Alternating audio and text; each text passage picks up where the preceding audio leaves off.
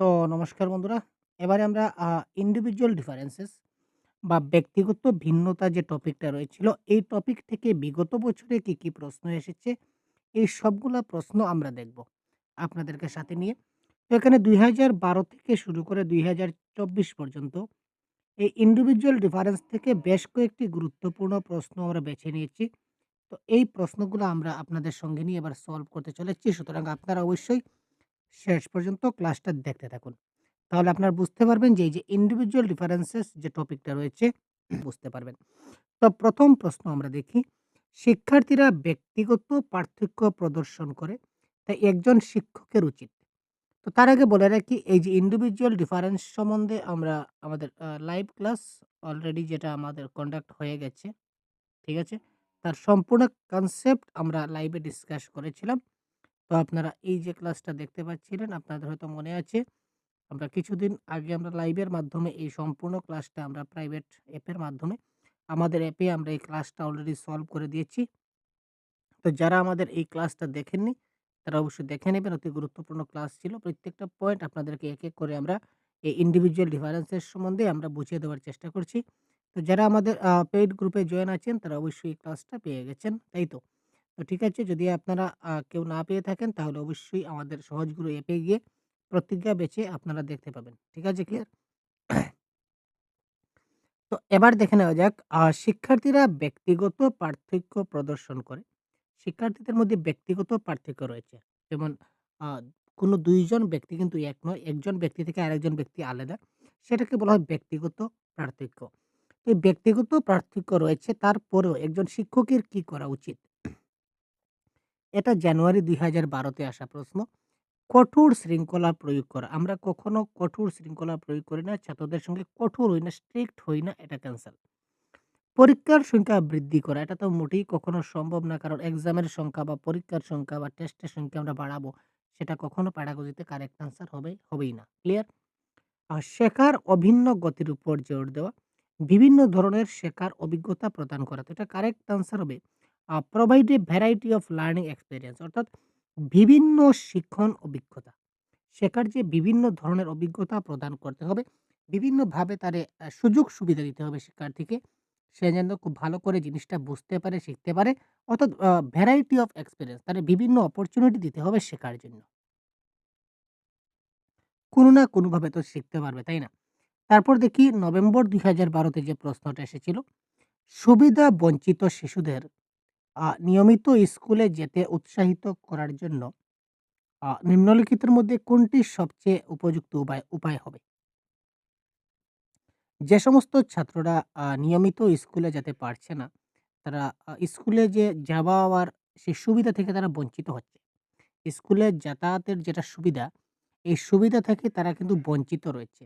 ওই বঞ্চিত শিশুদের জন্য আপনি যদি তাদেরকে নিয়মিত স্কুলে যেতে উৎসাহিত করতে চান, তাহলে আপনি কি করবেন? এজ এ শিক্ষক হিসাবে আপনার কি করা উচিত? স্কুল কর্তৃক নিযুক্ত একজন শিশু সংগ্রাহককে প্রতিদিন বাড়ি থেকে শিশুদের আনতে হবে।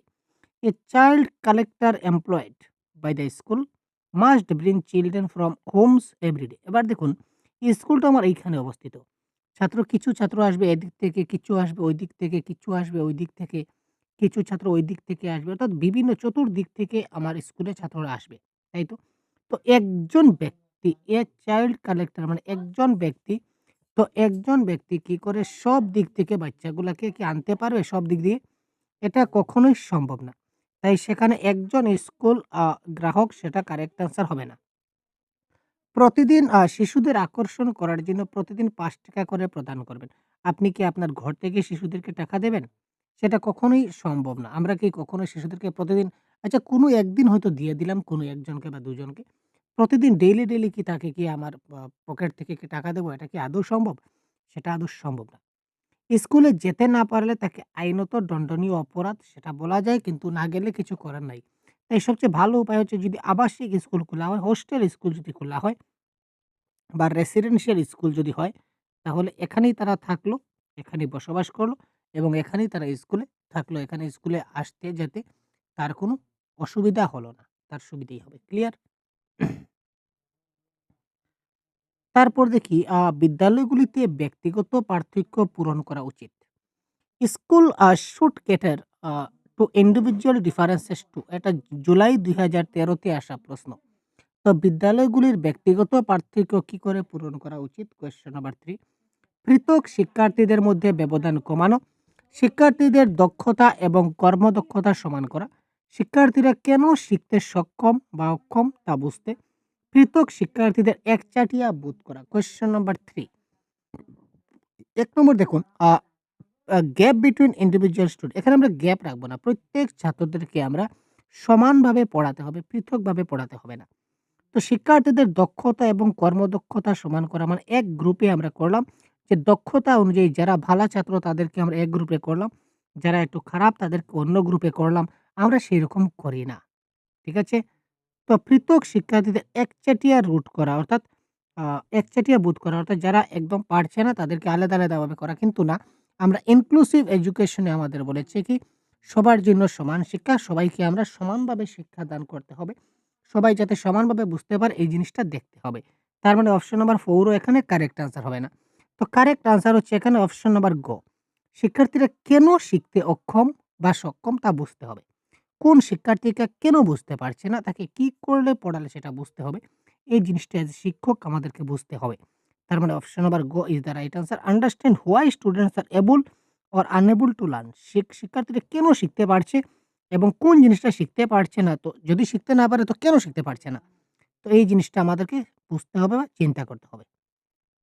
তারপর দেখি, what kind of support can A school provide to address the individual differences in children? এটা জুলাই ১৩ তে আসা প্রশ্ন। শিক্ষার্থীদের মধ্যে ব্যক্তিগত পার্থক্য মোকাবিলায় একটি স্কুল কি ধরনের সহায়তা প্রদান করতে পারে? শিক্ষার্থীদের মধ্যে যদি ব্যক্তিগত পার্থক্য রয়েছে, মোকাবিলা করতে হবে। তো একটা স্কুল কি ধরনের সহায়তা প্রদান করতে পারে? Question number 4।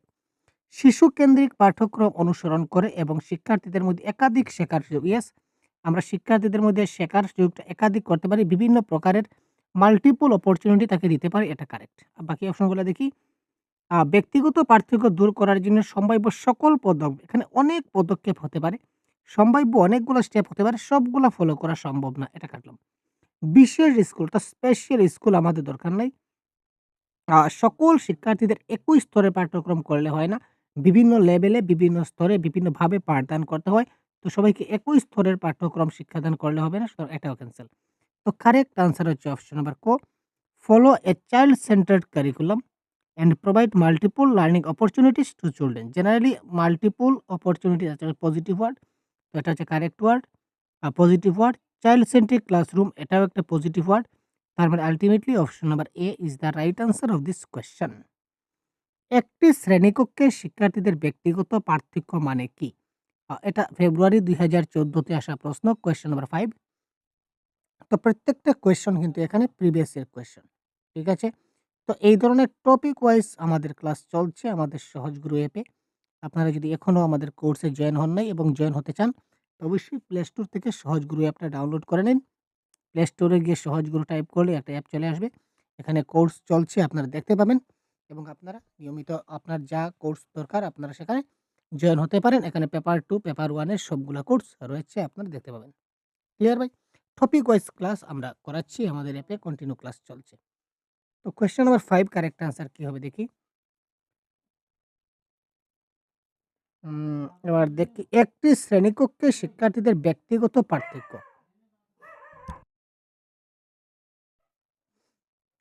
যা বলছিলাম ৫ নম্বর প্রশ্ন কি বলেছে দেখি? একটি শ্রেণীকক্ষে শিক্ষার্থীদের মধ্যে যে ব্যক্তিগত পার্থক্য রয়েছে, এটা আমরা কি করে দেখব?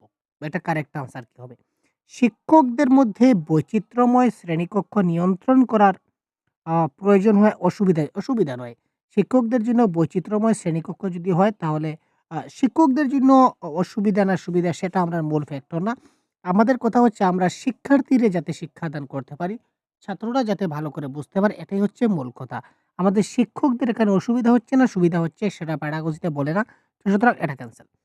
ক্ষতিকারক। কারণ তারা ছাত্রছাত্রীর দ্বন্দ্বের দিকে পরিচয় মোটেই না। ব্যক্তিগত পার্থক্য রয়েছে তার মানে ছাত্রছাত্রীরা দ্বন্দ্ব করে সেটা মোটেই কথা না। অযৌক্তিক। কারণ তারা পাঠ্যক্রমের লেনদেনের গতিকে সবচেয়ে ধীর শিক্ষার্থীর স্তরে কমিয়ে দেয়। এটাও কারেক্ট আনসার না। ব্যক্তিগত পার্থক্য এটা হচ্ছে সুবিধাজনক। তার কারণ তারা শিক্ষককে জ্ঞানীয় কাঠামোর একটা বিস্তৃত পুল অন্বেষণ করতে পরিচালিত করে। ক্লিয়ার? এটা হচ্ছে adventurous as they lead teacher to explore a wider pool of cognitive structure. একটা জ্ঞানীয় কাঠামোর দিক দিয়া, অর্থাৎ বিভিন্ন ব্যক্তির বিভিন্ন দিক দিয়ে যে জ্ঞানের কাঠামো রয়েছে সেটা সবার কিন্তু সমান না। কেউর হয়তো গানের দিক দিয়ে জ্ঞানটা ভালো, কেউর নাচের দিক দিয়ে ভালো, আ কেউর আর্টে ভালো, কেউর পড়াশোনায় ভালো।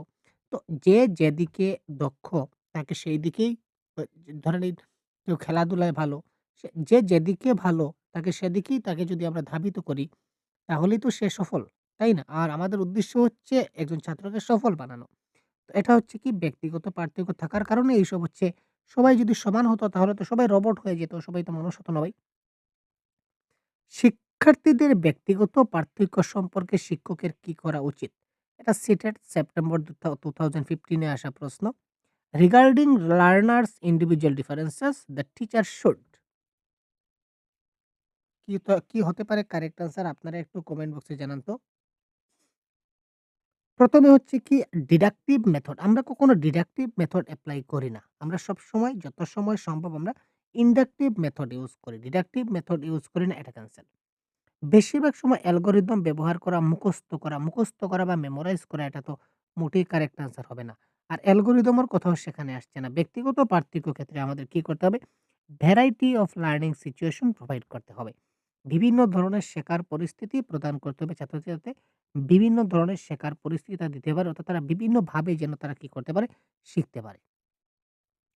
অসুবিধাগ্রস্ত অসুবিধাগ্রস্ত পটভূমির শিশুদের জন্য একজন শিক্ষকের কি করা উচিত? যে সকল ছাত্ররা ডিসঅ্যাডভান্টেজ এ রয়েছে, তো টিচার কি করতে পারেন? সিটেট ফেব্রুয়ারি ২০১৬ তে আসা প্রশ্ন, কোয়েশ্চেন নাম্বার 7।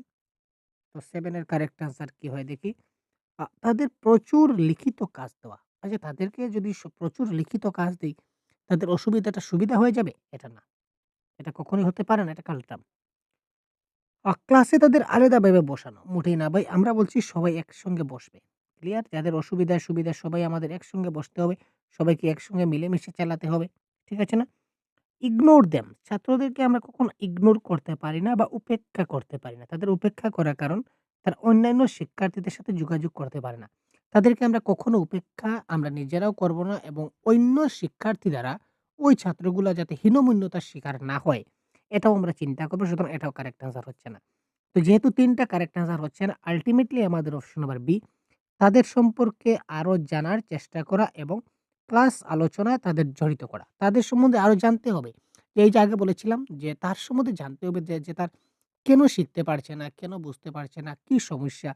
তার সমস্যা সম্বন্ধে আমাকে ১ম এ কি করতে হবে? জানতে হবে, জানার চেষ্টা করতে হবে এবং তার যে ডিসকাশনটা হচ্ছে মোস্ট পজিটিভ ওয়ার্ড এবং ইনভলভ মানে অন্তর্ভুক্ত করা। ইনক্লুসিভ এডুকেশন বা অন্তর্ভুক্তিমূলক শ্রেণীকক্ষে এটাই বলে যে ছাত্রদেরকে আমরা কি করব? সবাইকে একসঙ্গে ইনভলভ করব। তার মানে অপশন নাম্বার বি এখানে 100% কারেক্ট আনসার। এটা হচ্ছে সেপ্টেম্বর ২০১৬ তে আসা প্রশ্ন। কি প্রশ্ন দেখি? শ্রেণীকক্ষে ব্যক্তিগত পার্থক্য মেটানোর জন্য একজন শিক্ষকের কি করা উচিত? ব্যক্তিগত পার্থক্যটাকে আমরা কি করতে পারি? ক্যাটার করতে বা পার্থক্যটা মেটানোর জন্য আমরা কি করতে পারি? শিক্ষাদান এবং মূল্যায়নের অভিন্ন এবং মানসম্মত পদ্ধতি থাকতে হবে। কোয়েশ্চন নাম্বার 8, এখানে দেখুন স্ট্যান্ডার্ড ওয়েজ বা স্ট্যান্ডার্ড কারিকুলাম বা মানসম্মত পরীক্ষা এগুলো আমরা করতে পারি না। স্ট্যান্ডার্ড ওয়েতে আমরা করব না। আমরা সিম্পল ওয়েতে করব। সুতরাং এটা ক্যানসেল। তো এবার দেখুন ছাত্রদেরকে আমরা সেগ্রিগেট করি না এবং লেবেল করি না। সেগ্রিগেট অর্থাৎ তাকে আলাদা করা বা চিহ্নিত করা নম্বরের ভিত্তিতে, বিশেষ করে মার্কস। কোনোভাবেই মার্কসের ভিত্তিতে তো করতেই পারব না। যে সে ১০ এর মধ্যে ৭ পেল তাহলে সে ভালো। আর ওই ছাত্রটা ১০ এর মধ্যে ২ মার্ক পাইলো তার মানে সে খারাপ। অর্থাৎ ২ জনকে আলাদা করব। এইভাবে আমরা কখনো আমরা করি না। ক্লিয়ার? শিক্ষার্থীদের উপর কঠোর নিয়ম আরোপ করা। কঠোর নিয়ম। আগে বলেছিলাম যে স্ট্রিক্ট রুল বা কঠোর নিয়ম আমরা কি করতে পারি না? আমরা ব্যবহার করতে পারি না। তার মানে অপশন নাম্বার ঘ এখানে কারেক্ট আনসার হলো না। তো আল্টিমেটলি আমাদের ৩ টা অপশন যখন এলিমিনেট হয়ে যায়, তো একটা আনসার বেঁচে থাকে, এটাই হবে কারেক্ট আনসার। শিক্ষার্থীদের সাথে সংলাপে অংশগ্রহণ করা এবং তাদের দৃষ্টিভঙ্গিতে মূল্য দেওয়া।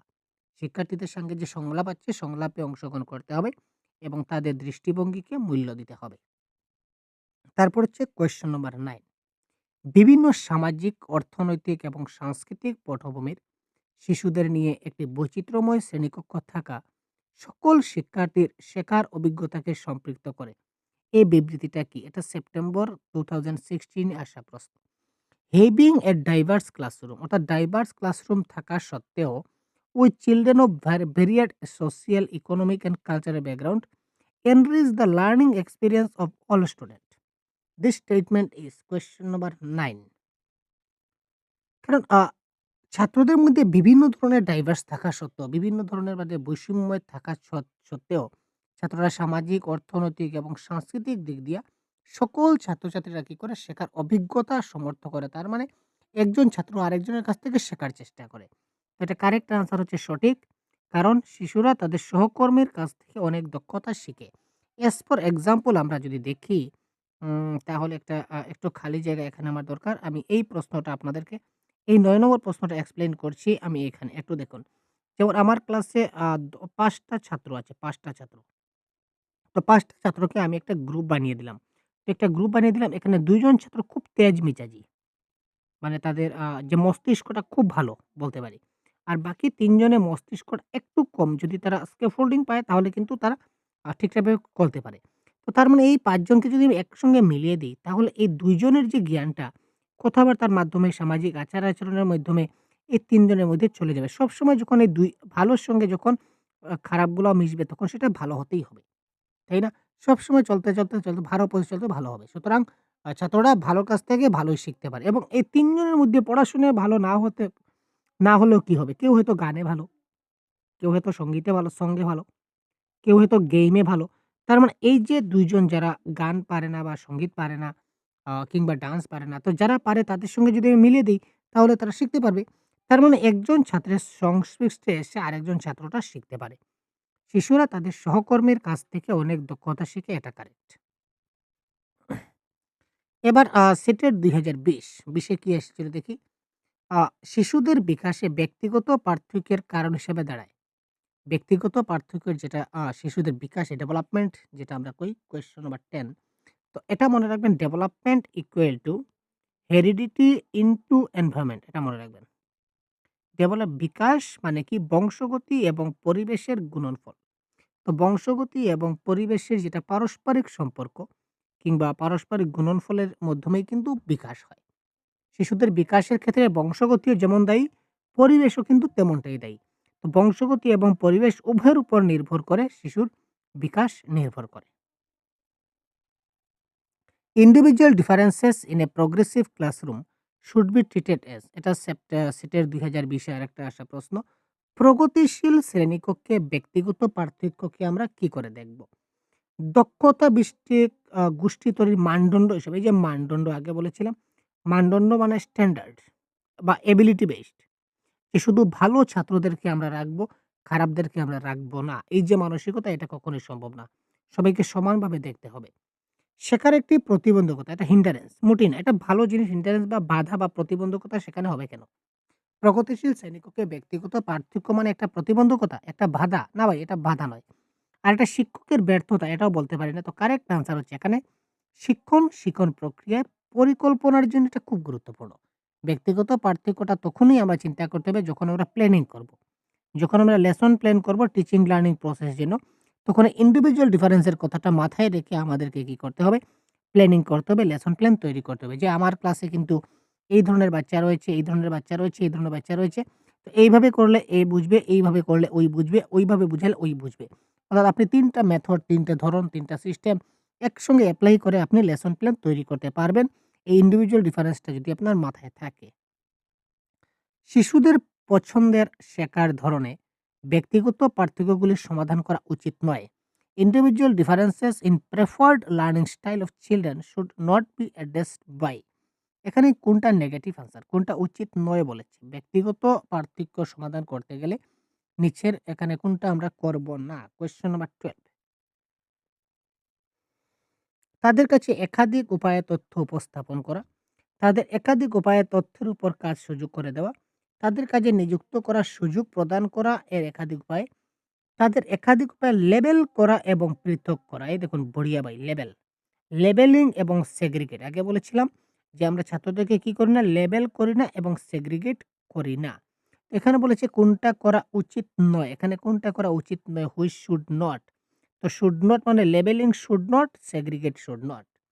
লেবেল করা এবং পৃথক করা যাবে না। তো অপশন নাম্বার ঘ, option number D is the right answer of this question. আশা করি বুঝতে পারছেন ভাই। তারপর দেখি পরবর্তী প্রশ্ন। 5 জানুয়ারি ২০২২ অনলাইন কোয়েশ্চেন পেপারে কি প্রশ্ন এসেছিল? শ্রেণীকক্ষে ব্যক্তিগত পার্থক্য মেটাতে নিম্নলিখিত কোনটি কার্যকর কৌশল নয়? শ্রেণীকক্ষে ব্যক্তিগত পার্থক্য মেটাতে গেলে নিম্নলিখিত কোনটি কার্যকর কৌশল নয়? কারো মৌখিক এবং অমৌখিক যোগাযোগের উপর চিন্তা করুন। পার্থক্যগুলা চিনুন এবং সম্মান করুন। Portal recognize and respect difference of portal, use diverse pedagogical strategies। তারপর বলেছে identify deficit of student and correct them. এখানে কোয়েশ্চেন নাম্বার 13 এর কারেক্ট আনসার কোনটা হবে? ব্যক্তিগত পার্থক্য মেটাতে নিচের কোনটা আমরা করব না? শিক্ষার্থীদের কি বলেছে? Which of the following is not an effective strategy to cater individual difference in the class. ক্লাসে আমরা কি করে আ মানে কোনটা আমরা করব না? কারো মৌখিক এবং অমৌখিক যোগাযোগের উপর চিন্তা করুন, এটা তো করতে হবে। পার্থক্যগুলি চিনুন এবং সম্মান করুন। ঠিক আছে? Recognize and respect difference of portal. পার্থক্যগুলো জানতে হবে। কার কি পার্থক্য আছে সেটা আমাদের জানতে হবে। বিভিন্ন শিক্ষাগত কৌশল ব্যবহার করতে হবে, এটাও কারেক্ট। তো তার মানে অপশন নাম্বার ডি টা কারেক্ট আনসার নয়। শিক্ষার্থীদের ঘাটতিগুলি চিহ্নিত করুন এবং সেগুলি সংশোধন করুন। এবার কথা হচ্ছে ঘাটতিগুলি চিহ্নিত করতে তোমাদের হবে। ঠিক আছে? ঘাটতিগুলো চিহ্নিত করতে হবে। শিক্ষার্থীদের কোথায় কি সমস্যা রয়েছে এটা আমাদের চিহ্নিত করতে হবে। কিন্তু সেগুলিকে সংশোধন সঙ্গে, সঙ্গে করা যাবে না। কারেক্ট সঙ্গে, সঙ্গে করা যাবে না। যেমন ধরুন, আমি একটা শিশুকে বললাম যে, এই যে ১৩ নম্বর প্রশ্ন দেওয়া আছে, এটা তুমি পড়ো, এটা তুমি পড়ো। তো এটা পড়তে, পড়তে সে ওই উচ্চারণটা সে ভুল করল। এস ফর এক্সাম্পল সে পড়তে স্টার্ট করেছে।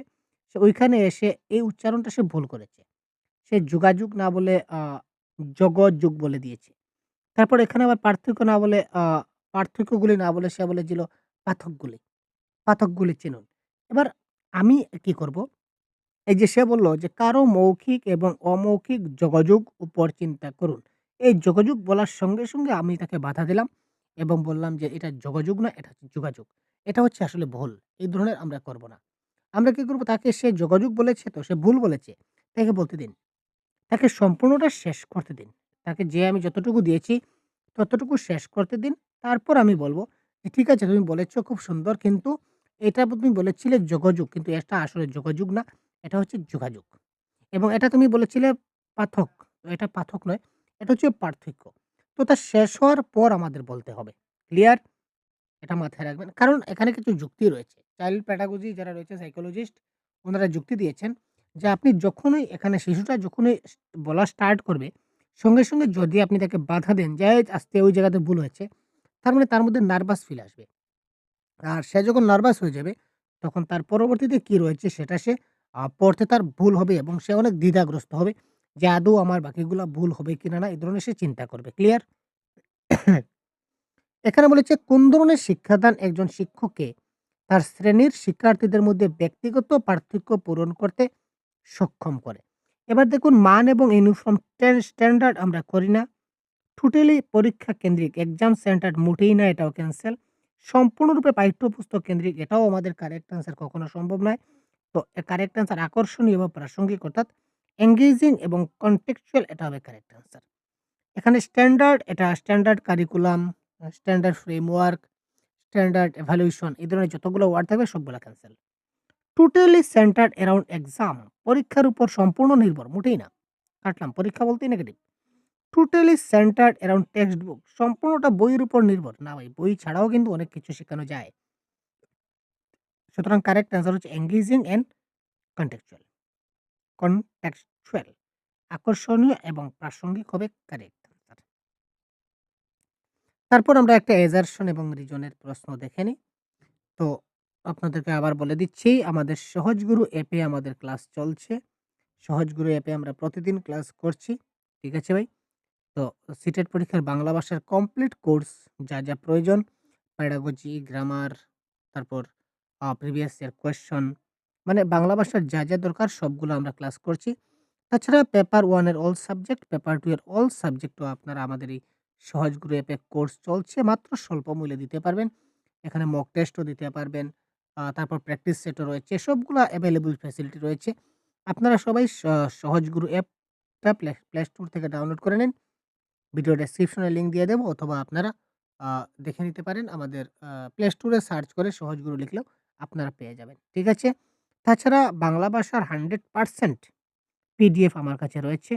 যদি আপনাদের দরকার হয় তাহলে অবশ্যই আপনারা এই WhatsApp নম্বরে যোগাযোগ করতে পারেন। বাংলা ভাষায় টোটাল ১৩০ প্লাস পিডিএফ আমার কাছে আছে। রয়েছে ১৪০-৫০ টা রয়েছে। তো ১৩০ টা প্লাস আমরা দিতে পারব। 130 প্লাস পিডিএফ রয়েছে, আপনারা পেয়ে যাবেন। যদি আপনাদের প্রয়োজন হয় এটা হচ্ছে এই নাম্বারে WhatsApp করতে হবে আপনাদের। ক্লিয়ার? কিন্তু এটা সামান্য একটা পেইড হবে। আপনারা পেমেন্ট করার পর আপনারা আমাদের এই পিডিএফটা পেতে পারবেন। ক্লিয়ার? যদি দরকার হয় অবশ্যই জানাবেন। তাছাড়া আমাদের ফ্রি ভিডিও এভেইলেবল রয়েছে সহজ গুরু ইউটিউব চ্যানেলে বা সৃজন গুরুজি ইউটিউব চ্যানেলে দেখতে পাবেন। আচ্ছা, এবার কোয়েশ্চেন নাম্বার 15। এই ধরনের ক্লাস আপনারা প্রতিদিন দেখতে পাবেন, এটাও কনফার্ম। বিভিন্ন সাংস্কৃতিক পটভূমির শিক্ষার্থীদের চাহিদা পূরণের জন্য শ্রেণীকক্ষের শিক্ষাদান সাংস্কৃতিকভাবে প্রতিক্রিয়াশীল হওয়া উচিত। কোয়েশ্চেন নাম্বার 15 এর বি। বিভিন্ন সাংস্কৃতিক পটভূমি classroom pedagogy should be culturally responsive to meet the needs of students from diverse cultural background. Yes, বিভিন্ন সাংস্কৃতিক পটভূমির শিক্ষার্থীদের জন্য চাহিদা পূরণের জন্য বিভিন্ন সাংস্কৃতিকভাবে শিক্ষাদান দেওয়া একান্ত গুরুত্বপূর্ণ। এটা কারেক্ট। এটা হচ্ছে শুদ্ধ। শ্রেণীকক্ষে সমতা কেবলমাত্র মানসম্মত পাঠ্যক্রম এবং মূল্যায়নের মাধ্যমে নিশ্চিত করা যেতে পারে। না ভাই, না। এখানে কেবলমাত্র এটাই নেগেটিভ ওয়ার্ড, এবং মানসম্মত পাঠ্যক্রম মানে স্ট্যান্ডার্ড কারিকুলাম এটাও তো নেগেটিভ। সুতরাং এটা ভুল। তো এখানে কারেক্ট আনসার আমাদের হবে এ সত্য কিন্তু আর মিথ্যা। তো অপশন আর বি হবে কারেক্ট আনসার। ঠিক আছে? এটা জুলাই ২০২৪ এর প্রিভিয়াস ইয়ার কোয়েশ্চনে আসা প্রশ্ন। ঠিক আছে? তো আজকের ক্লাসে আমরা এই ১৫ টা কোয়েশ্চন আপনাদের দেখিয়ে দিলাম। ইন্ডিভিজুয়াল ডিফারেন্স বা ব্যক্তিগত পার্থক্য এই টপিক থেকে। তো পরবর্তীতে এই ধরনের সবগুলা টপিকের ক্লাস আমরা সহজগুরু অ্যাপে দিয়ে দেব। তো আপনি সহজগুরু অ্যাপটা এখন ইনস্টল করে নিন এবং আমাদের কোর্সে জয়েন হয়ে যান খুব তাড়াতাড়ি। আপনি সবগুলা ক্লাস আমরা দিতে চলেছি এক করে। আপনারা দেখতে থাকুন। ধন্যবাদ। জয় হিন্দ। ভালো থাকবেন, আমাদের সঙ্গে থাকবেন।